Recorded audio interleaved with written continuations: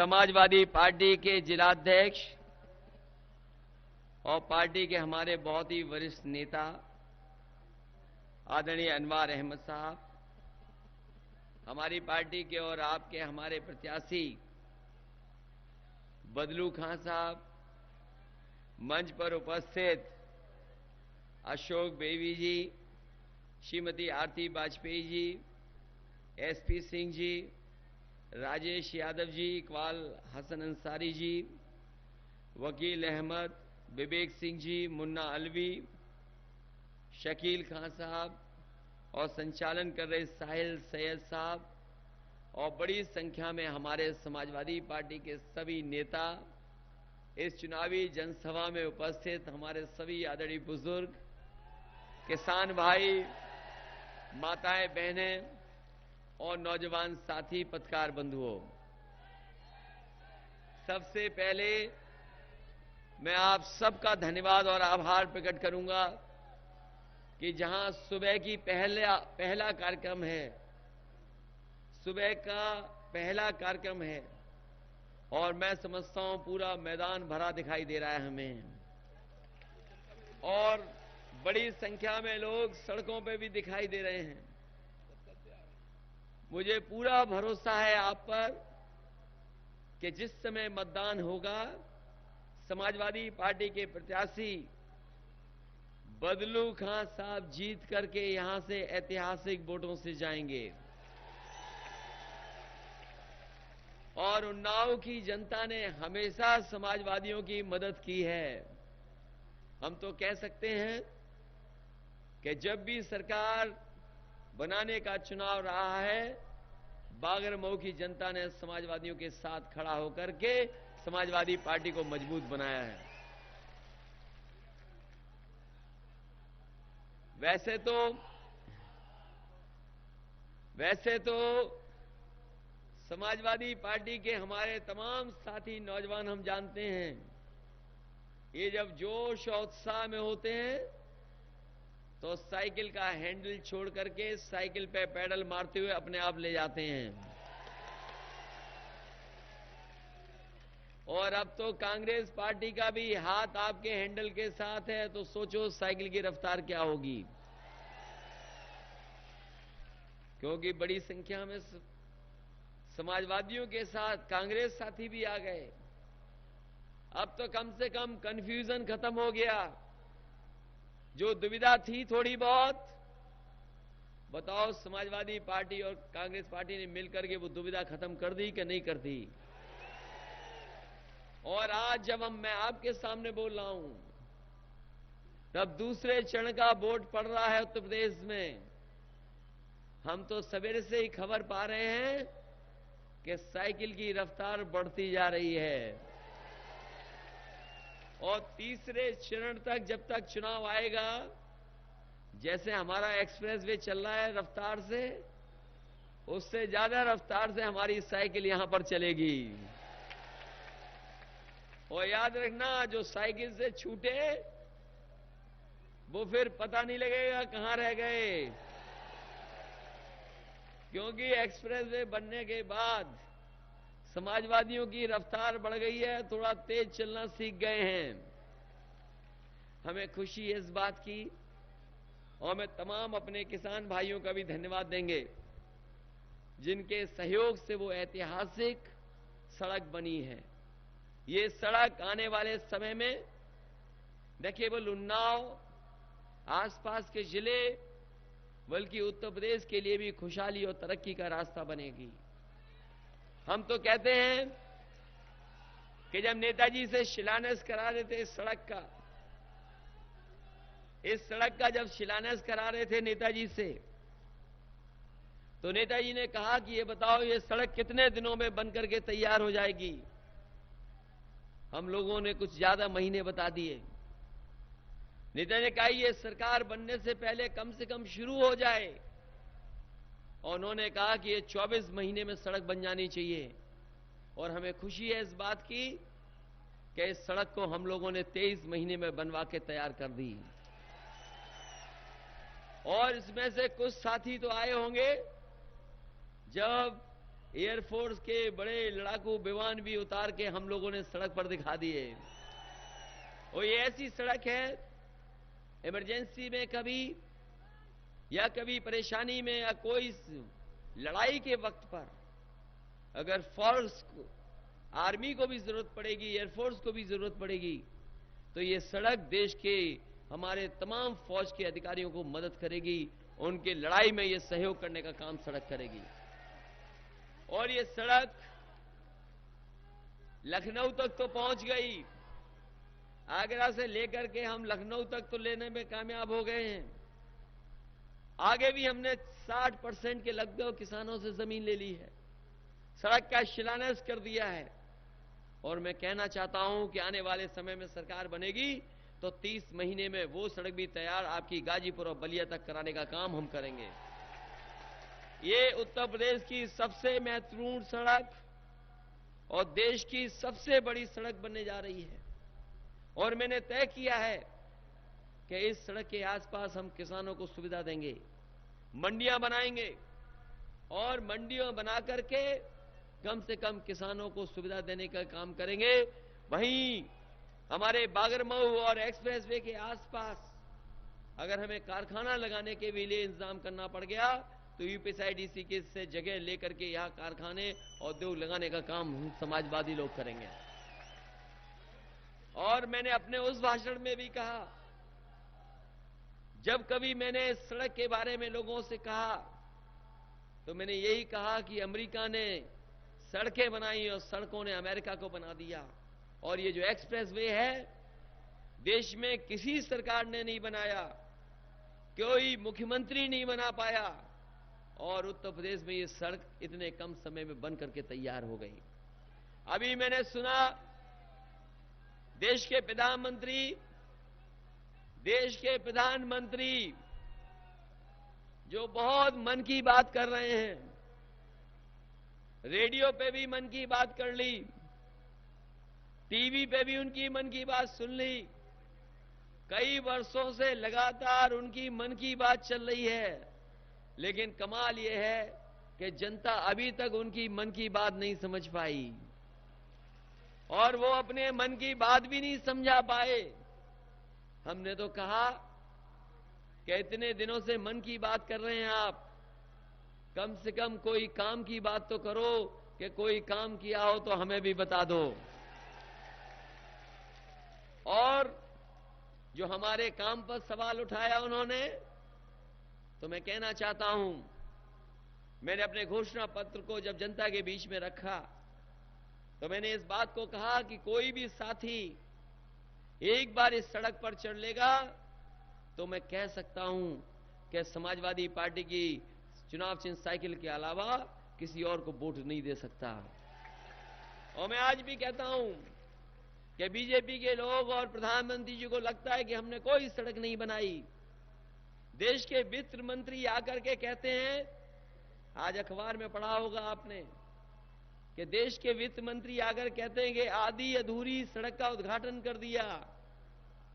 हम कहते हैं चल करके देख लो, आगरा से कन्नौज आ जाओ, कन्नौज से लखनऊ पहुंच जाओगे, कहीं आपको रुकना नहीं पड़ेगा। ये अधूरी सड़क नहीं, ये चलती हुई सड़क है हमारी। और जो प्रधानमंत्री अगर चलने आज गुसाईगंज आए हैं, कन्नौज पहुंच रहे हैं, मैं तो कहूंगा कि 10 मिनट 20 मिनट निकाल करके हमारी सड़क पे चल लो और चलने के बाद आप भी कहोगे कि हम भी साइकिल का बटन दबाएंगे,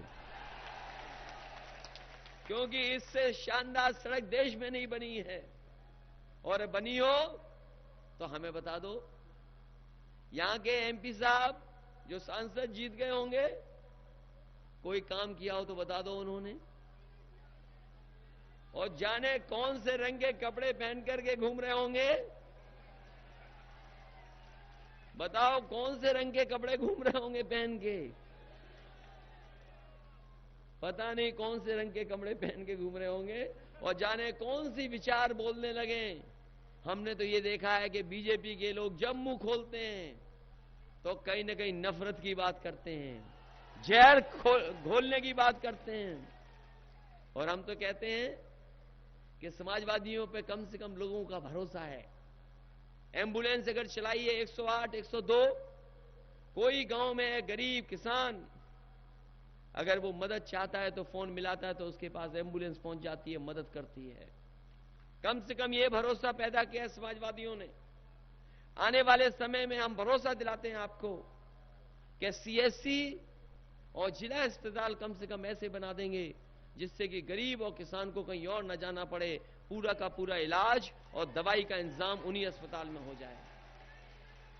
पुलिस के लिए भी शुरू कर दिया है 100 नंबर, पुलिस के लिए भी 100 नंबर शुरू कर दिया है। और कोई फोन मिला ले, कभी भी दिन में रात में घटना की जानकारी देगा तो 15 मिनट में और 20 मिनट में पुलिस पहुंच जाएगी और उसकी मदद करने का भी काम 100 नंबर के माध्यम से होगा। जो शिकायत होती थी कभी कभी कि फोन नहीं उठता, पुलिस नहीं पहुंचती, कम से कम 100 का इंतजाम किया है। आने वाले समय में और सुधारेंगे इसको। कितना सुधार सकते हैं? अगर कोई और बुराई भी होगी तो उसको भी हम सुधारने का काम करेंगे, जिससे कम से कम जनता को हमारी मदद मिले। और जिन्होंने अच्छे दिन की बात की थी, सबको लाइन में लगा दिया कि नहीं लगा दिया बताओ? सबको लाइन में लगना पड़ा। अब तो किसी पे 500,000 रुपए नहीं बचे होंगे, सब जमा करा लिए। अरे इन बीजेपी वालों से पूछो कि 15 लाख रुपए दे रहे थे, 15,000 रुपए ही भिजवा देते तो बहुत बड़ी बात थी। सब जमा करा लिया, किसी पे बचा तो नहीं पुराना 500,000। और याद रखना, ये पैसा काला सफेद नहीं होता। अगर कोई चीज काली सफेद होती है तो हमारा आपका लेन देन काला सफेद होता है। हमने कारोबार किया और हम समझते हैं, हमारे व्यापारी संगठन के लोग मंच पे भी बैठे हैं, बेबी जी भी बैठे हैं, वो भी जानते होंगे कारोबार की भाषा को, कि जब कारोबार करता है कोई, हमारा लेन देन काला सफेद होता है, कोई पैसा काला सफेद नहीं होता। और अगर पैसे से कारोबार किया, टैक्स नहीं दिया, तो वो पैसा काला हो गया। और उसी काले पैसे से अगर कोई कारोबार किया, टैक्स दे दिया, तो वही पैसा सफेद हो गया। इन बीजेपी के लोगों ने कितना गुमराह कर दिया हमें और आपको, सबको मिलकर के। और सबसे ज्यादा नुकसान अगर किसी का हुआ है तो हमारे किसानों का और व्यापारी भाइयों का सबसे ज्यादा नुकसान हो गया। व्यापारी भाई जानते हैं कितना नुकसान हुआ उनका। और अखबारों में पढ़ लीजिए, बीजेपी के लोग कह रहे हैं कि जिन्होंने ज्यादा पैसा जमा कराया है उन पे निगरानी रखे हुए इनकम टैक्स वाला डिपार्टमेंट। सोचो कितना संकट पैदा कर दिया अपनी अर्थव्यवस्था के साथ। हो सकता है प्रेस के लोग इस बात को गलत ले लें मेरी तरफ से। कभी कभी देश की अर्थव्यवस्था को काले धन वाला पैसा बचाता है, और हमारे यहां तो लेन देन हमारे गरीब किसान जानते ही नहीं है कि काला क्या है सफेद क्या है। बताओ, कोई किसान जानता हो काला सफेद क्या है? वो तो अपनी मेहनत से कमाने वाली चीज को जाकर के बाजार में कम से कम जो कीमत मिल जाती है उसको स्वीकार कर लेता है। धान वाला नुकसान कर दिया। और अब सुनने में आ रहा है किसान भाइयों, कम से कम बीजेपी के लोग जवाब दें इस बात का, कि सुनने में आ रहा है कि विदेश से ये गेहूं मंगाने जा रहे हैं, इंपोर्ट ड्यूटी खत्म कर दी है। अगर इंपोर्ट ड्यूटी खत्म कर दी, पहले तो गन्ना किसान बर्बाद हो गया था, और अगर इंपोर्ट ड्यूटी खत्म कर करके गेहूं अगर बाहर से मंगा लिया, तो मैं समझता हूं हमारे आने वाली फसल जो किसानों की है उस पर भी संकट पैदा हो जाएगा। हम तो पूछते हैं बीजेपी के लोगों से कि अगर इंपोर्ट ड्यूटी लगाई है, खत्म की है आपने, तो कम से कम जनता के सामने बता दो, क्योंकि सवाल हम समाजवादी लोग भारतीय जनता पार्टी के लोगों से पूछ रहे हैं। उनको कम से कम जवाब देना चाहिए। और आलू तो तुम्हारा ही बर्बाद हुआ, हमारा ही बर्बाद हो गया। यही आलू की बेल्ट है, यहां से लेके कन्नौज, फरक्काबाद और चले जाइए फिरोजाबाद से लेकर के आगरा। ये आलू वाले भी परेशान हैं, संकट पैदा हुआ है, लेकिन हम अपनी तरफ से मदद कर रहे हैं। आलू की सबसे बड़ी मंडी कन्नौज में बनने जा रही है, और हमने कहा कि किसी को भी अगर आलू से कारोबार करना है, कहीं भेजना है, और सरकार की तरफ से सुविधा देने का काम भी आने वाले समय में हम देंगे, जिससे कि हमारा आलू वाला किसान बर्बाद ना हो जाए, नुकसान ना हो जाए। इस कारोबार में बहुत सारे लोग हैं, आलू के तमाम कारोबारी लोग हैं, और अब तो बाबा रामदेव भी अपना योग छोड़ करके थोड़ा बहुत इस कारोबार में भी लग गए हैं।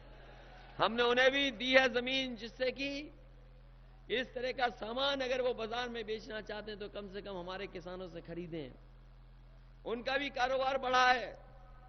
तो इसलिए कहीं ना कहीं हम किसानों से लेकर के नौजवानों को भी बताना चाहते हैं। और साथियों, याद रखना, ये पत्थर वाली सरकार को भी ये भी धोखा देने के लिए तैयार है। आज अखबार में पढ़ा होगा आपने कि हमारी बुआ ने कहा कि हम विपक्ष में बैठेंगे, हम सरकार नहीं बनाएंगे।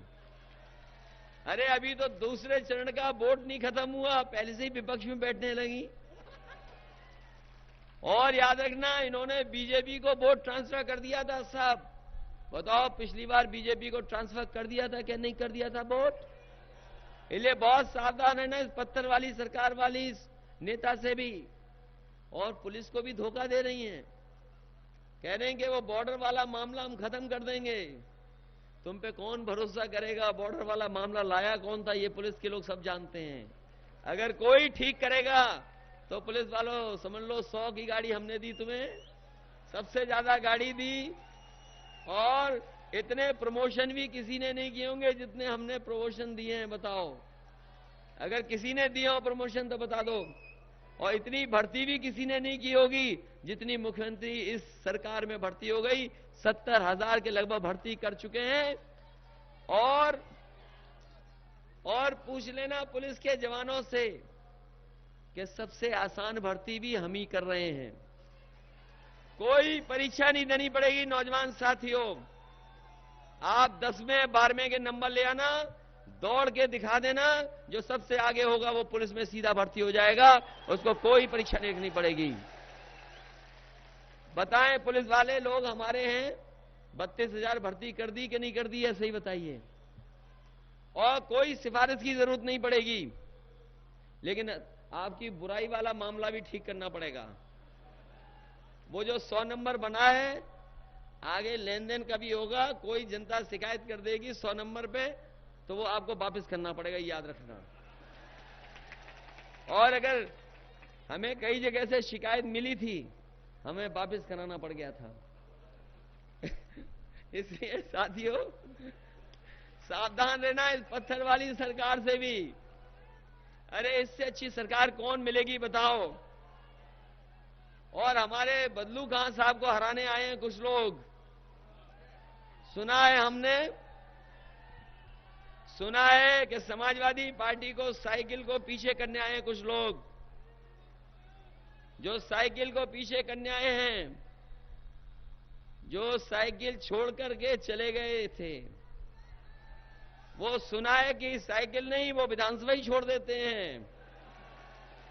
और बागरमऊ की जनता पे हमें भरोसा है, ये बागरमऊ की जनता ऐसे प्रत्याशियों को छोड़ देगी, उनका पता नहीं लगेगा कहां है वो प्रत्याशी।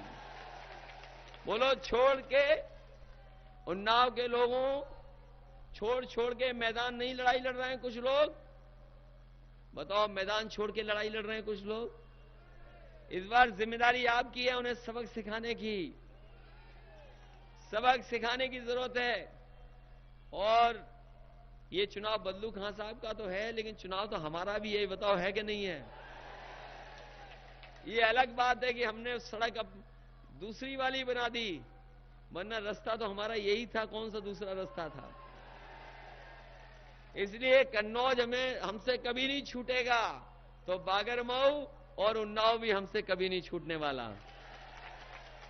इसलिए बहुत सुधार किया है और सुधार करेंगे हम लोग। हम आपको भरोसा दिलाते हैं, कम से कम शुरुआत की है विकास की। कम से कम उत्तर प्रदेश को लोग अब मान रहे हैं कि हां, उत्तर प्रदेश आगे बढ़ रहा है और तरक्की के रास्ते पे जा रहा है। हम जो जो कर सकते थे घोषणा पत्र में लिखा, वो सब किया है। आने वाले समय में किसानों की मदद कैसे हो, कोटे का गरीबों का राशन कैसे बटे। कई हमारे गरीब हैं जिनको पेंशन नहीं मिल रही, विकलांग को अलग पेंशन, विधवा को अलग पेंशन।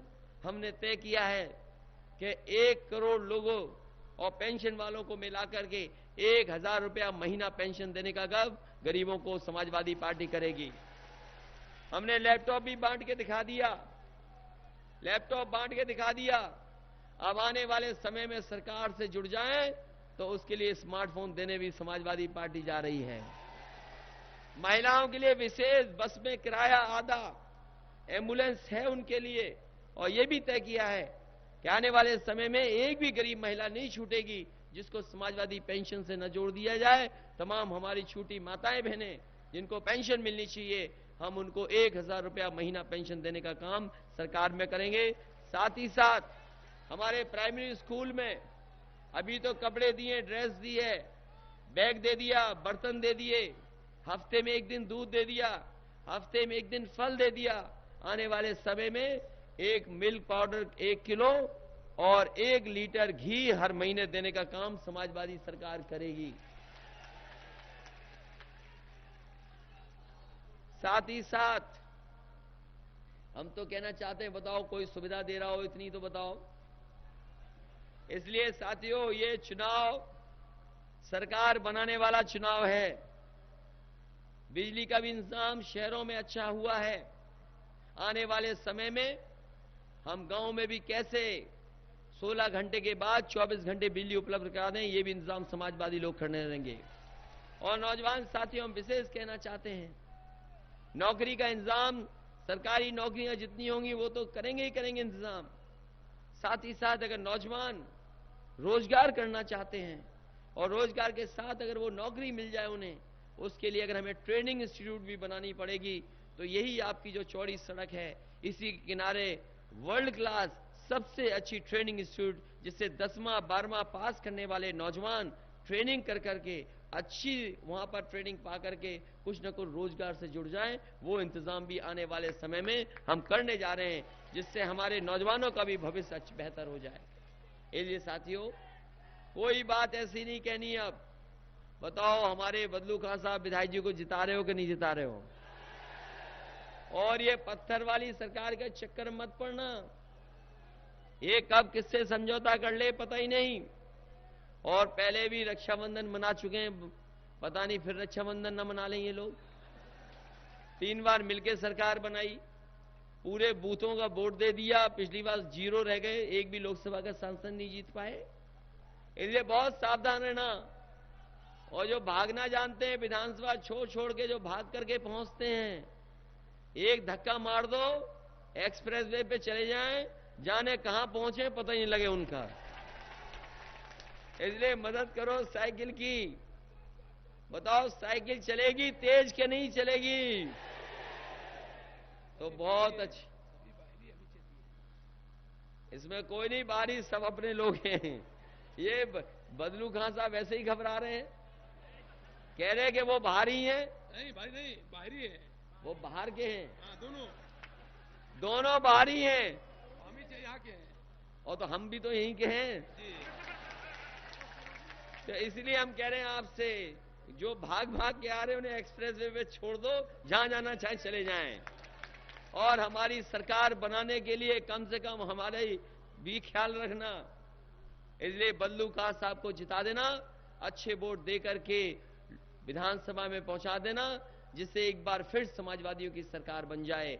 और हम विश्वास दिलाते हैं कि इसी तरीके से और तेजी से काम करेंगे, जिससे कि हमारा उत्तर प्रदेश और हमारे गांव में रहने वाले खासकर उन लोगों को भी लाभ पहुंच जाए, उनकी भी मदद हो जाए, और साथ ही साथ हमारे नौजवानों का भी भविष्य बेहतर हो। हम विश्वास दिलाते हैं कि पिछले 4.5 साल में लगातार काम किया है, आने वाले समय में मौका मिल जाएगा, इससे बेहतर, इससे अच्छा काम करने का काम हम समाजवादी लोग करेंगे। इसलिए जब लहर चल रही समाजवादियों की, तो एक बार फिर समाजवादियों की उत्तर प्रदेश में सरकार बना दो। बताओ, आपको भरोसा है कि नहीं सरकार बन रही कि नहीं बन रही? इसलिए बदलू खान साहब को अच्छे वोटों से जिता देना। आप सबका बहुत बहुत धन्यवाद। और जहां तक सवाल उन्नाव के लोगों का सम्मान देने का है, हम जानते हैं रास्ता रोक लोगे सम्मान नहीं मिलेगा तो ये बात तो हमने उस दिन भी कह दी थी जब हवाई जहाज उतरे थे सड़क पे कि बल्लू खान साहब का भी हम सम्मान करने का काम करेंगे, लेकिन अनवर साहब का भी सम्मान हमें करना है। इसलिए अपने समाजवादी साथियों इस बार एक बार फिर मिलकर के सरकार बना दो। आप सबका बहुत बहुत धन्यवाद, आभार प्रकट करता हूं। एसपी सिंह एमएलसी है, लेकिन लखनपुर मैं एसपी सिंह जी को धन्यवाद, मैं एसपी सिंह जी को भी धन्यवाद देता हूं कि वो हमारे साथ आ गए हैं। हालांकि बहुत संस्थाएं इन्होंने बनाई हैं और हम तो कहेंगे कि बागरमऊ में और एक्सप्रेस वे के किनारे भी एक अच्छा स्कूल बनाओ और ज्यादा संसाधन हो तो हमारे कन्नौज में भी स्कूल जरूर बना देना है।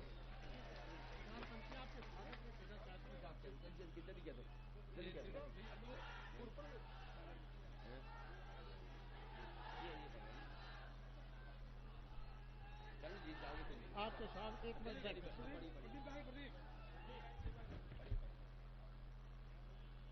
अखिलेश तुम्हारे चिंतन का हर क्षण विकास हित में बीता, सरल सुखद सद्भाव शांति से तुमने जन जन का मन जीता। विकसित हुआ प्रदेश चौमुखी, हो रही चौओर जयकारा, शिक्षा स्वास्थ्य सुरक्षा को तो तुमने विपुल भांति विस्तारा। मेडिकल कॉलेज बन गए नए, सस्ती हो गई स्वास्थ्य शिक्षा, सरल सुखद संपन्न कृषक की पूरी हो जाएगी इच्छा। बहुत सारी योजनाएं थी आपकी जी जी। 100 नंबर की गाड़ी अनवरत चला करती है, दीनहीन सबको राहत जब तुमने समझली बरती है। अगणित करवाए स्वास्थ्य कर्म हमें दे दो तो हम ये सारी बंडल में छपवा देंगे। उसमें होता हमारा, उसमें पार्टी की कप्तान छपती है हमारी, सारी पार्टी में छपा देंगे और हम अपने रिकॉर्ड पे रख लेंगे। ठीक है, चलिए दिखाइए। मैं जान